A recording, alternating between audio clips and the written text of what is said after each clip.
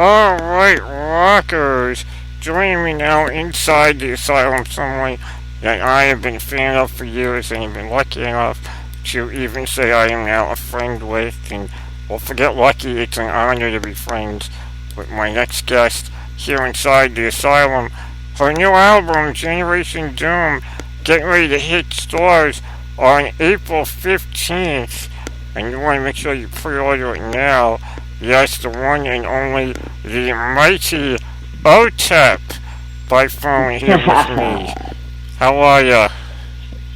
I'm glorious, brother. Thanks for having me. How are you? I'm doing good. Thank you for doing me the honor of taking time out to talk to me today. I know with the new album, I'm sure you are going crazy in the world of promoting and getting ready to tour off of the new album.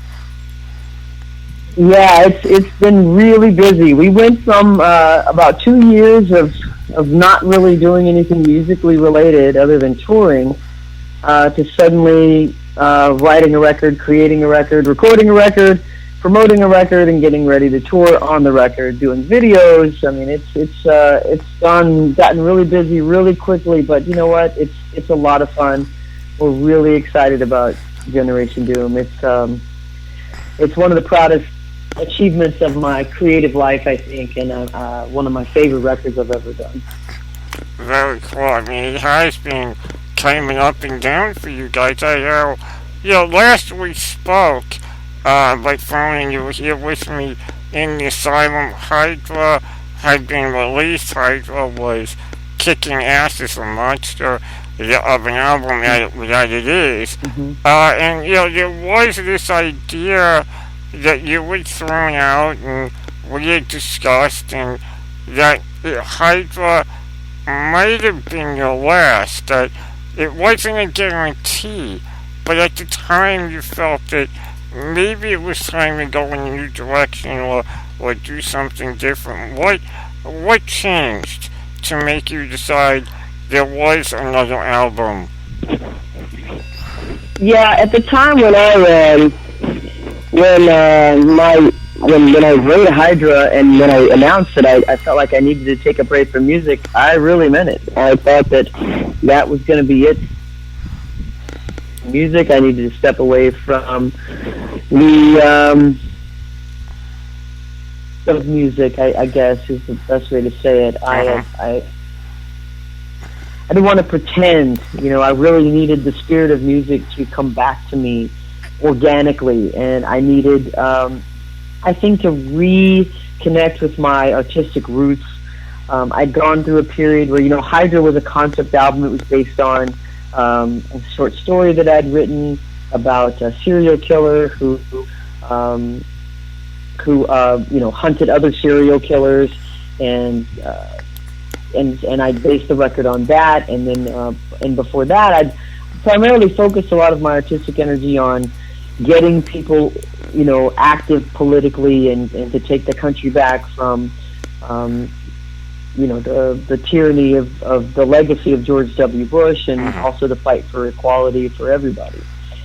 But I kind of lost track of the personal side of my music. The first album was basically me transcribing my journals into music. And the Ascension was very similar to that, and that's what happened with this record. This record became basically my private journals, my private poetry that I ended up turning into the record Generation Doom.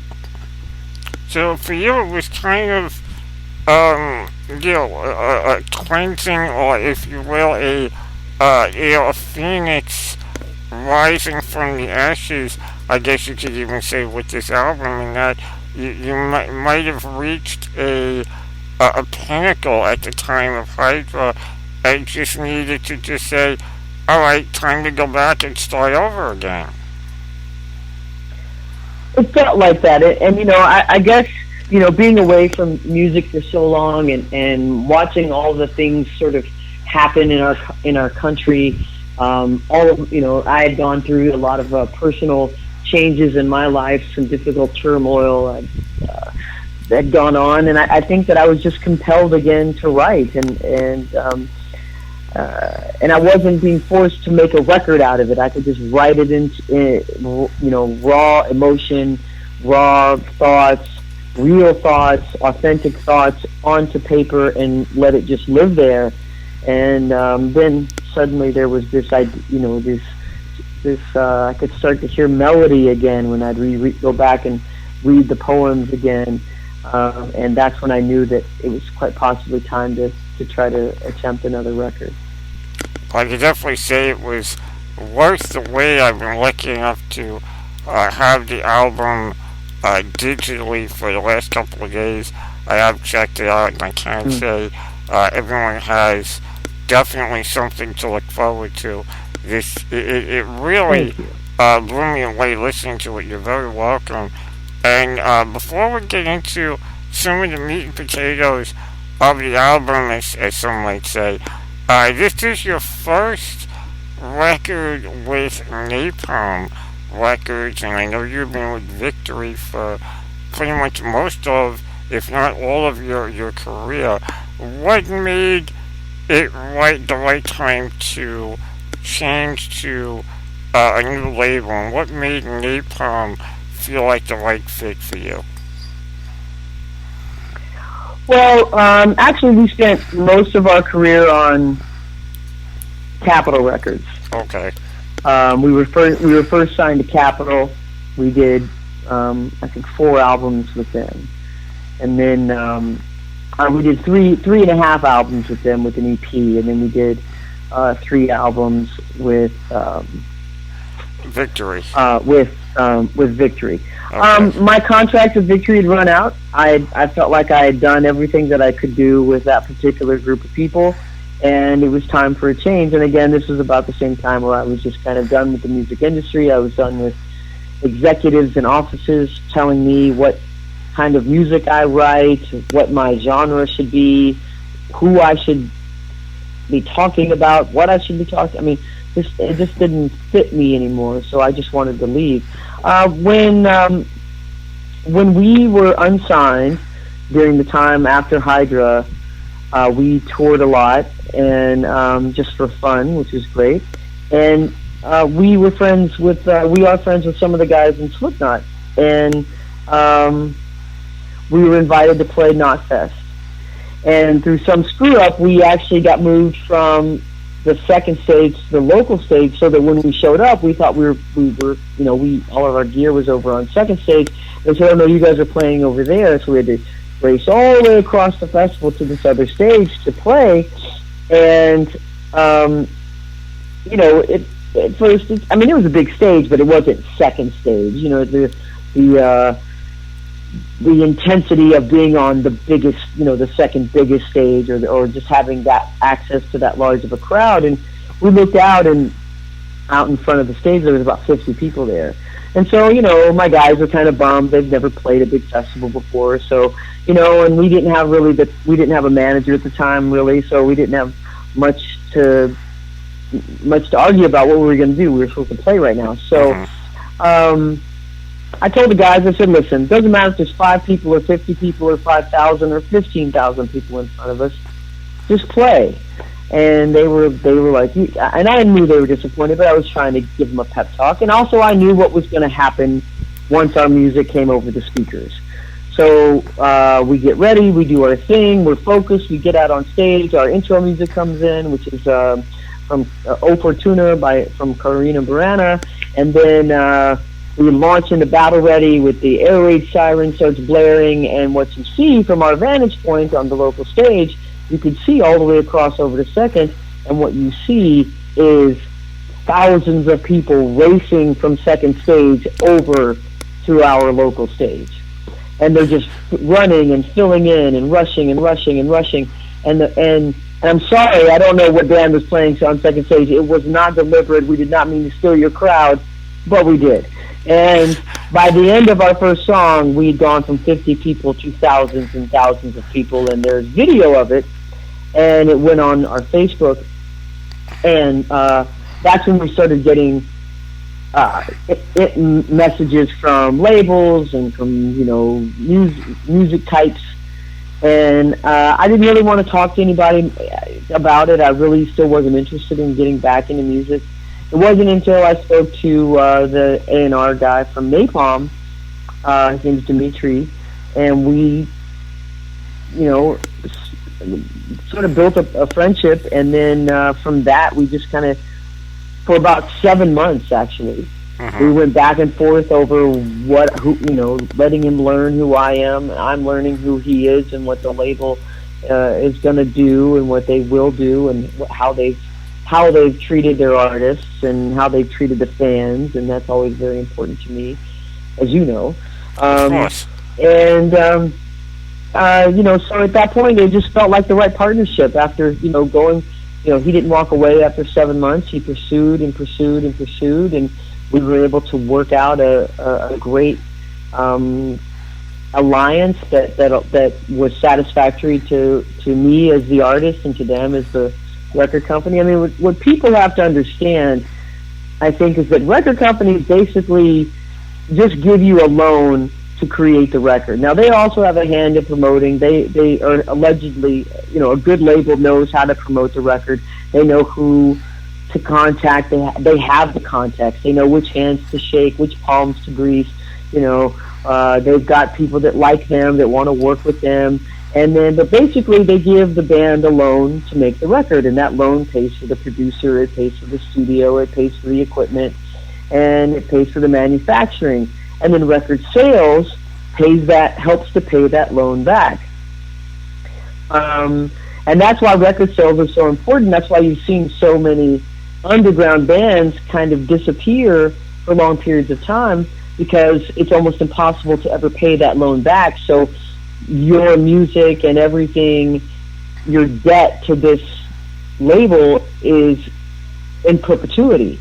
You'll never be able to pay it back. There's nothing you can do to pay it back. The only way to pay it back is through the way the contracts are developed, is through record sales. So that's why, when people are asking, when bands ask for fans, yes, thank you for supporting the tour, thank you for coming out and buying merch. You're then supporting the tour. You're supporting the vehicle, the fuel, the food, the travel expenses, the driver, the tour manager, the hands, everybody that has a hand in manufacturing the merch, the merch guy, all of those things. That money goes to finance the tour, and so the ticket money usually goes to the venue to pay the money for getting the artist there. So these are all the particulars that makes sense. So really, it's like if you spend money at the shows, you're helping finance the tour. When you buy the record, you're helping pay off the band's debt to the label so that they can actually make money for the label, make money for the artist, which means that label will be more inclined to sign more bands like that. So if you want to see more bands like your favorite bands succeed and get opportunities, then the best thing to do is to buy the record or buy a single, or make that investment in the bands that you like. And so understanding all of that and going back and forth with Napalm, it really felt like I had worked out as much of the particulars as I could, and that it was fair to both. I had to give up something, they had to give up something, just in particulars, and it seemed like it worked out to be a very fair compromise. Well, I'm glad you were able to make that compromise with them. And you bring up something that I have been screaming about for years now doing this show. And I know my listeners, I'm sure, have gotten tired of me saying it over and over again. I've gotten into it more recently in regards to buying albums, because I always say buy the albums. I buy albums of albums I receive promotionally. I have, and I'm not saying this to kiss your ass or the label's ass, but I pre-ordered your album way before I even got my digital advance as a radio personality. So I'm making that commitment. I'm always telling people. Well, I appreciate that very much. It really an honor. Thank you, brother. I do appreciate that very much. You're very welcome because I've been saying this to people on this show for years. You need to buy the albums, and I say it more recently because internet radio is taking a hit. It's now costing internet radio stations more money to pay for royalties. And it's not that we don't want to pay for royalties. I have no problem paying for royalties to be able to play your music and music from other bands I've idolized over the years and others have idolized and listened to. I have no problem with that.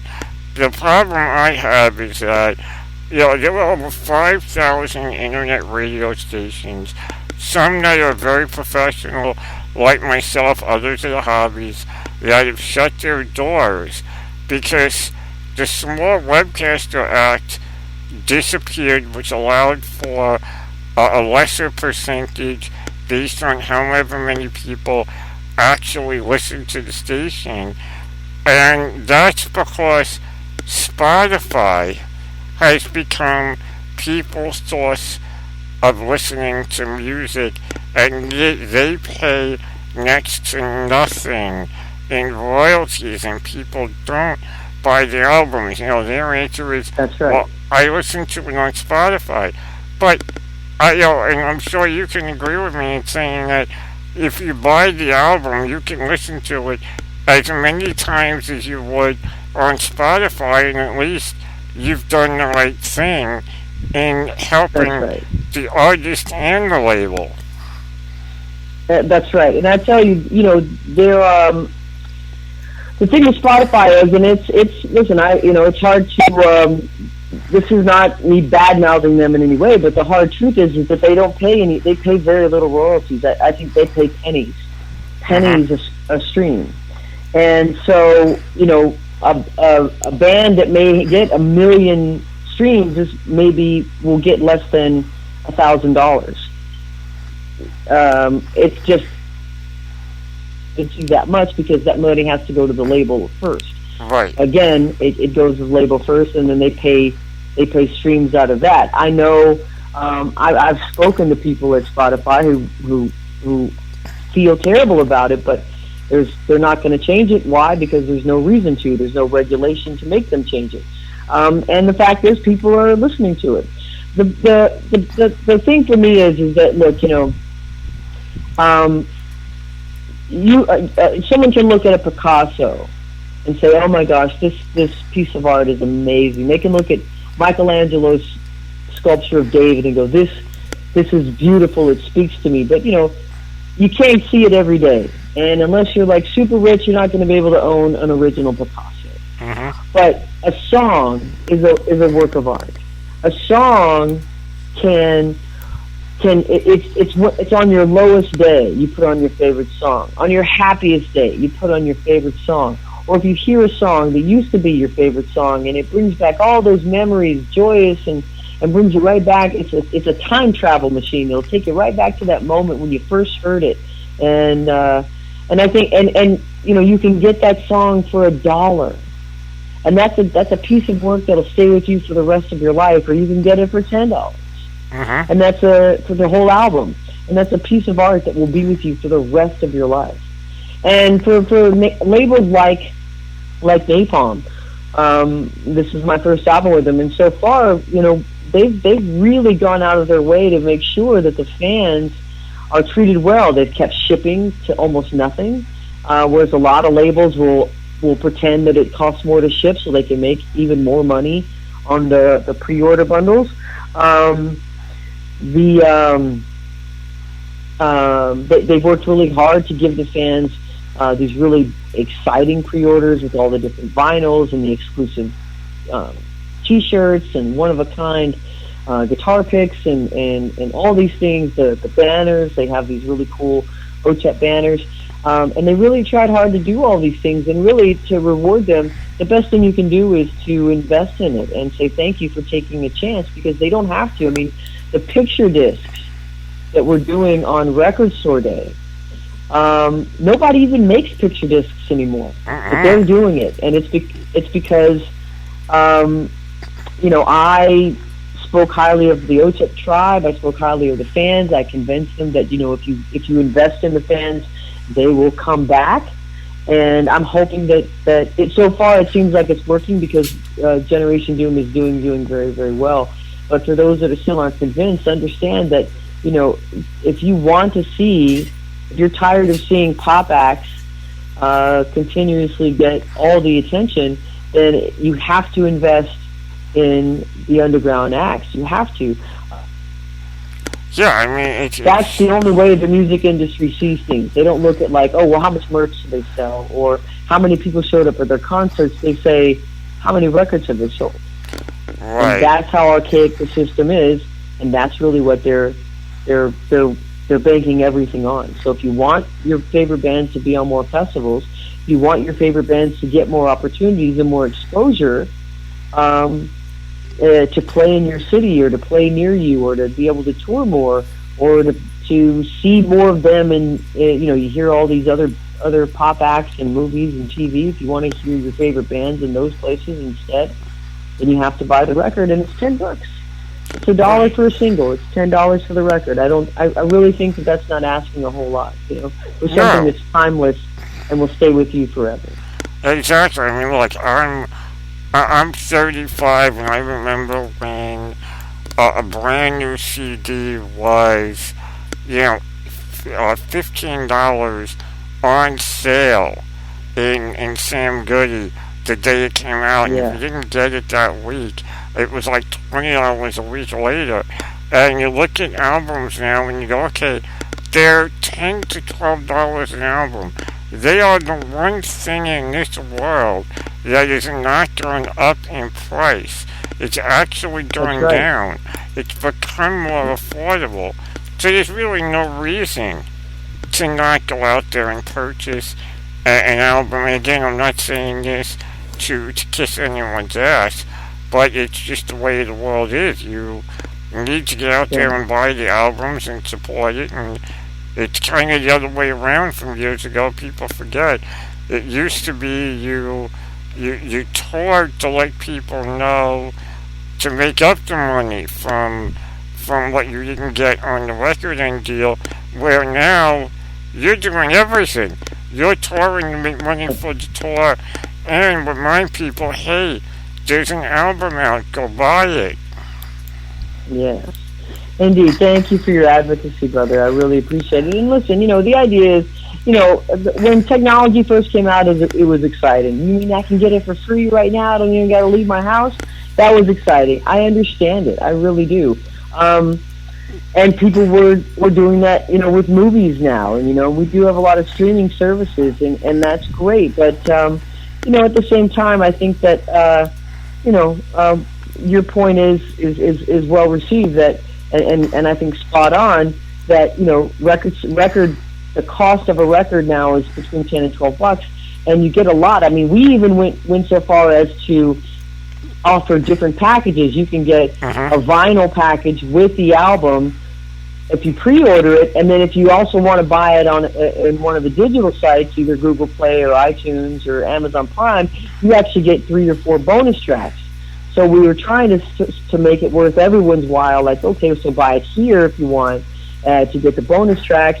And, if you also want to have the physical CD with the artwork and a vinyl, you can buy it there. So we're actually trying to make it even, more exciting for people to try to convince them to come back and buy record sales. Because, when I was signed to Capitol, it was right when record companies were still record companies. And it was really exciting to be able to be a part of that.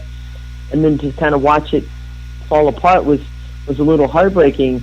And a lot of that had to do with pirating and streaming services. A lot of it had to do with the record industry being resistant to change and not wanting to embrace the technology. So I think it was, a sort of a multilateral dysfunction. But, now I think we've kind of figured it out, and it seems like it's working. We're getting a lot of great response from this record, and I really hope people keep buying. And you can buy 2 of our songs right now on iTunes and Google Play for less than $3. Perfect plug right there. A perfect segue by Otep. For those of you tuning in late, Otep right now by phone here inside the asylum, of course. Generation Doom, the new album as we step off our soapbox on preaching about record sales to get back Mm-hmm. into the meat and potatoes of the album Generation Doom coming out on April 15th. As you heard, tons of ways to pre-order it, so go and do so. And I've listened to the album, and I gotta say, the song that has jumped out at me, and maybe it's just me, and maybe you planned it this way, I don't know. But the one song that just jumps out at me off this album is In Cold Blood. And Mm.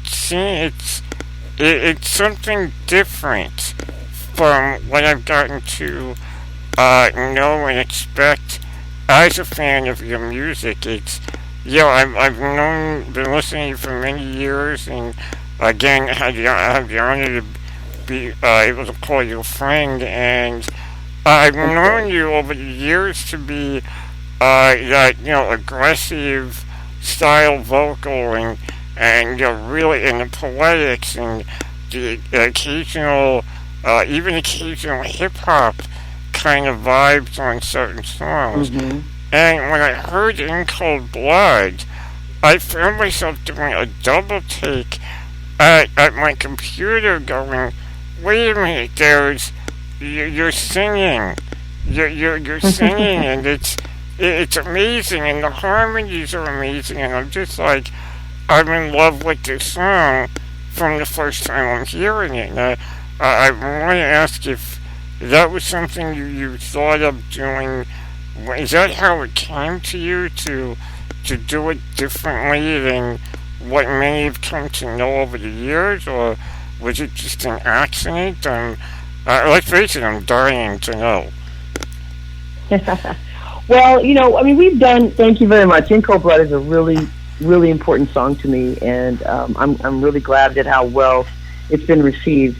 Um, I mean, I've done these kinds of songs before. Maybe I haven't done them this well, but I've done them before. I mean, with Perfectly Flawed and Invisible, and songs like We Dream Like Lions and You're a Woman Now.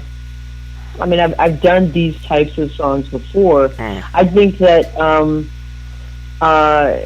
maybe we've just gotten better at it. And this was just one of those perfect storms where I had gone through a really devastating breakup, where I'd lost my best friend, my lover, my confidant, all in the same person. She was there, and now she wasn't there, and we were both very devastated by it, and it was a very difficult time for both of us. And at that moment, I'd been writing a lot of poetry again, and I put all that pain and resentment and everything into that song, into a poem, into a poem, and from that poem came that song, In Cold Blood. One of the lines was, "There's something wrong with me for thinking something's right with you. Now my thoughts float like moths over a fading flame." And so when we were writing the song, it started to come together that, really if we're going in on a song like this, we really need to go all in, and make it as beautiful and as emotional as possible. And so that's really was the focus. Now, luckily, you brought up Howard Benson, the producer. Luckily for me, that's what his focus is vocalists. I've never really worked with a producer like that before. Most of the producers focus on the snare sound and the guitar tone, and he did. His team did all of that. That was very, very important. I mean, we spent days and days on getting all those sounds perfect. But it wasn't until I sat with Howard and really went over the lyrics and the cadence and the harmonies and the melodies that we really, fine-tuned everything together, artist to artist. And it felt so empowering and so illuminating, and I learned so much from him. And it was one of the most rewarding experiences of my life. Well, I mean, you can hear it in in the song. It shows the emotion is there.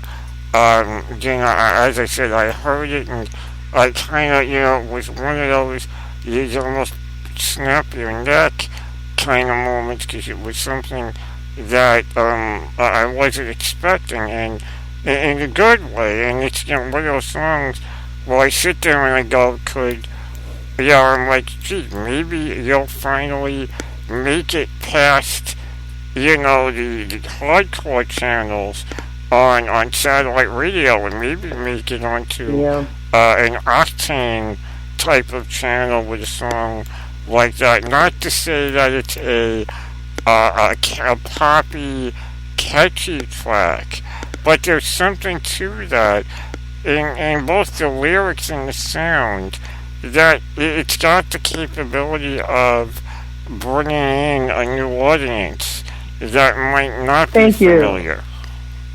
Yeah, I agree. I think so, and that was it's just a byproduct of it. I didn't expect it, honestly. I really thought, it was a very private, personal song for me, and I wasn't really aware of of the impact that it was going to have or how relatable it was going to be to so many different people. But that's the song that radio chose, and we actually are getting a lot of spins on terrestrial radio, and I think we've actually been on Octane once, and it's just been this really crazy ride. And for me, we're an all-inclusive sort of band. We our demographic already ranges from people who listen to us, listen to metal or listen to aggressive rock music, but also listen to hip hop and pop music. I mean, some people love Lady Gaga and us. It just happens.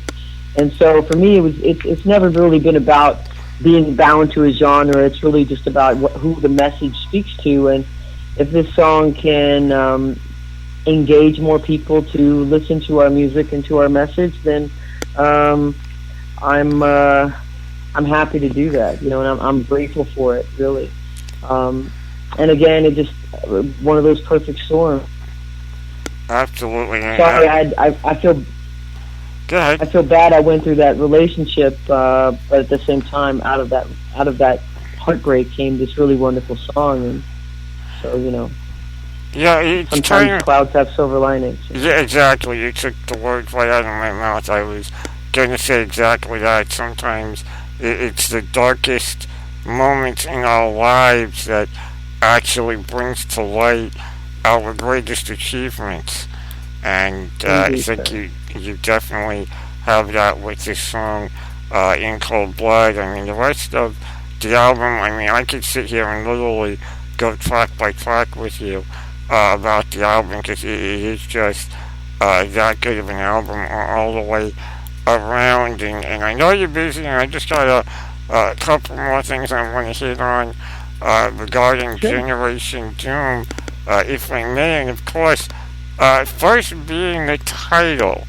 And I can't help but wonder where Generation Doom comes from. Is that a concern for where we're going as a society, or a concern on the generation that's coming up that isn't aware of what's going on and thinks they're the first generation to discover civil rights, or the first generation to discover something else that's been around since their grandparents?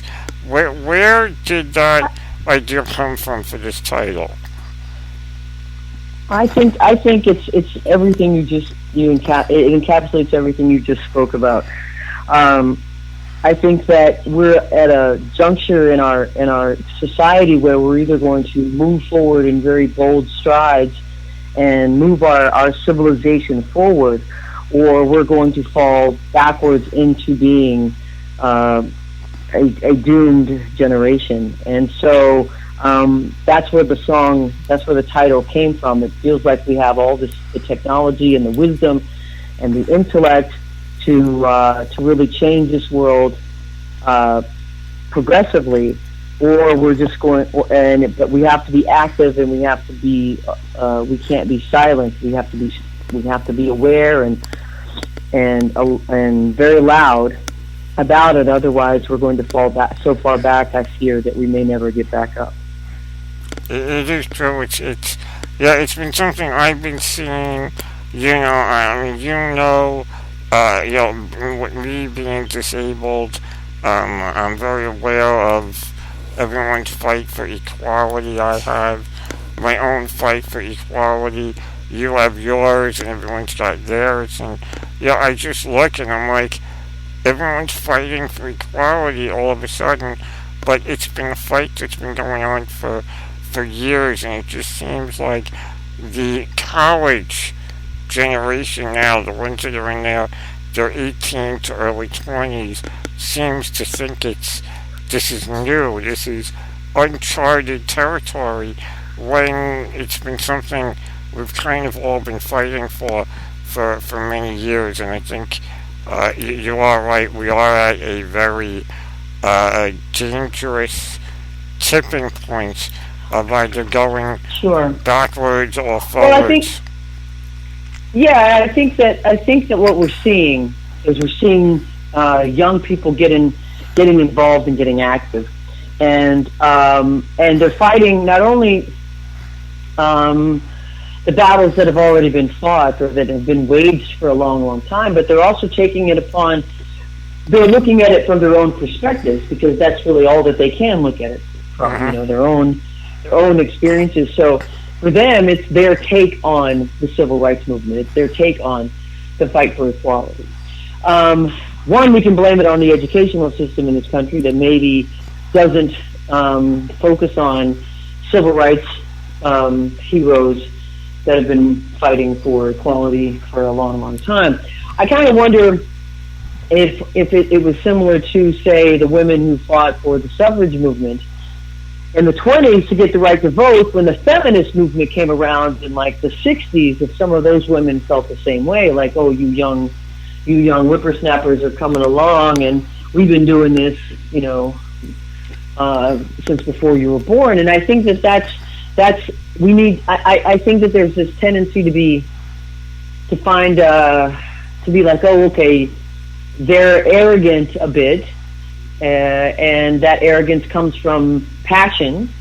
But so I think it's also our job as activists who've been doing this for a while to remind them, as respectfully as we can, how long this process has been going on, how long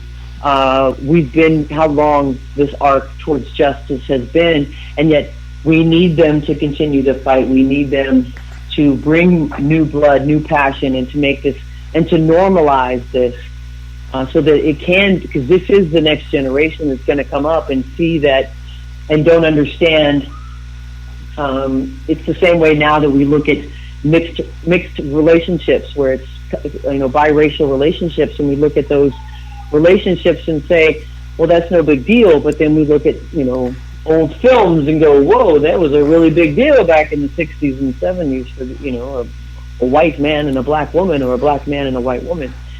I know it's still a big deal in some parts of the world and some parts of the country, but it's not as shocking or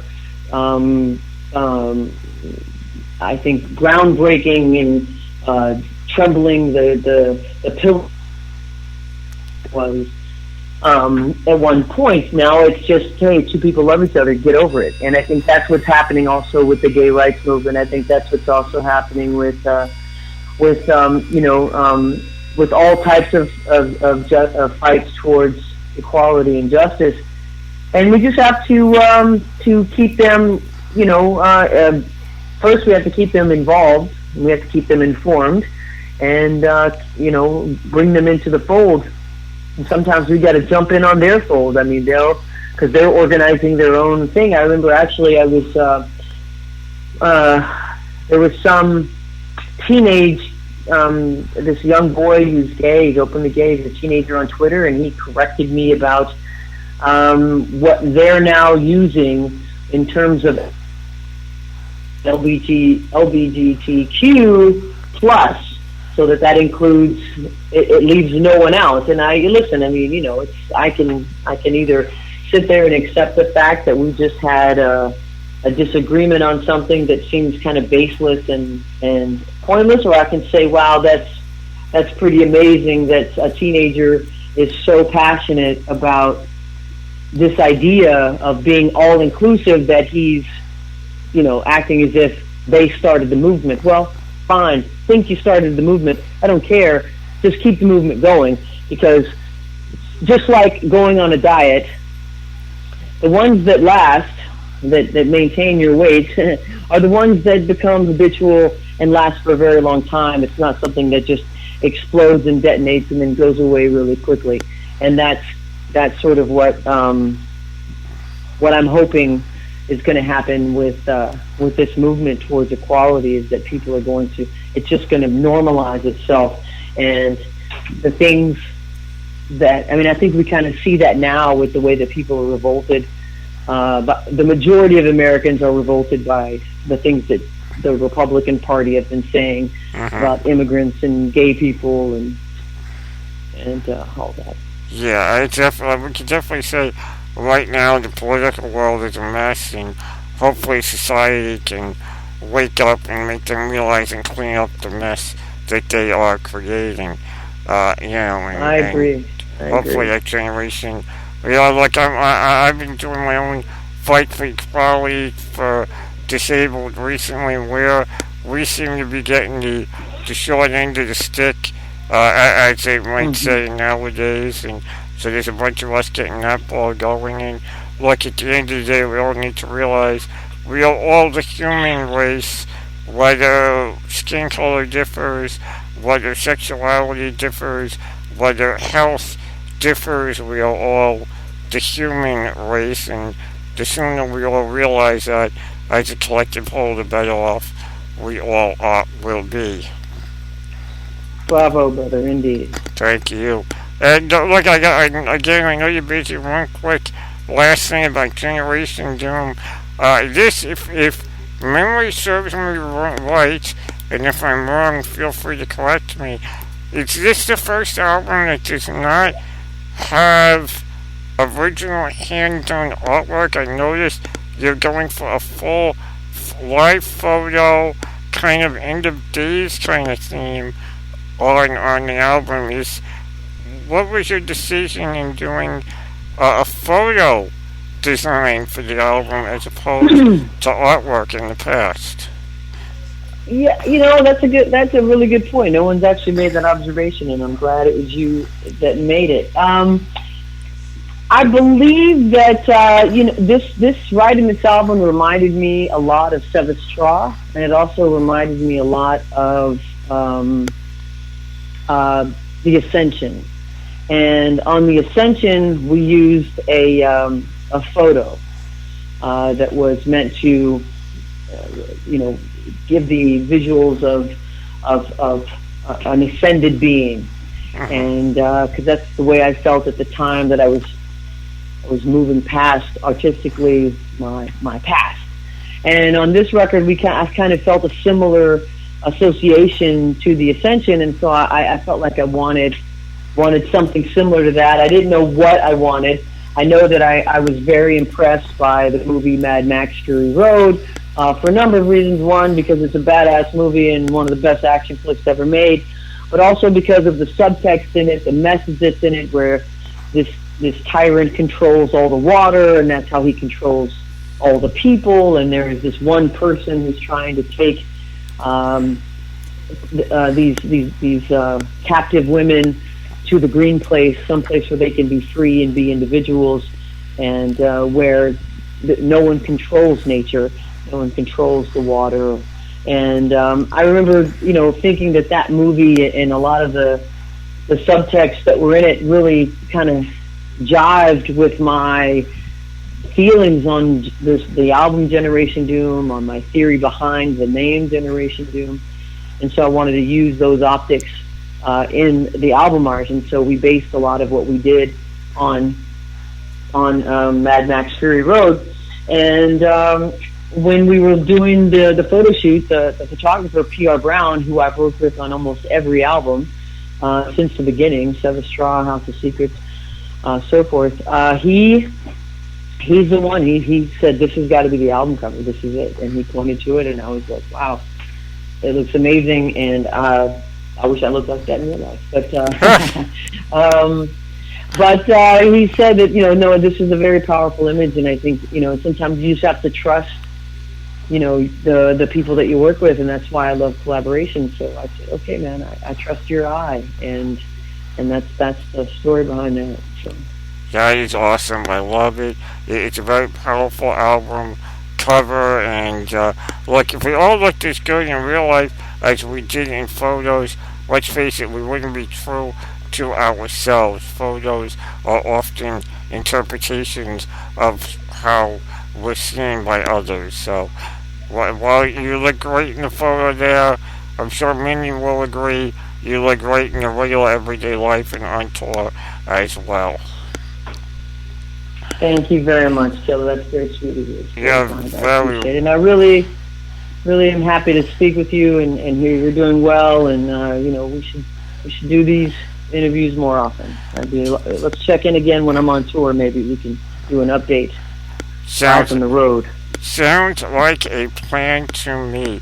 Everyone, make sure you go out and pre-order Generation Doom now. Various ways to do it. Take your pick on how. Otep, thank you again for joining me, and I've got the album in front of me. It's your baby, so you decide what from it my listeners should hear. I think we're gonna play your favorite song. Let's play In Cold Blood. You got it right now.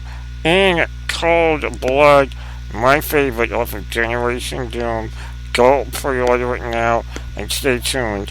More to come here inside the Asylum.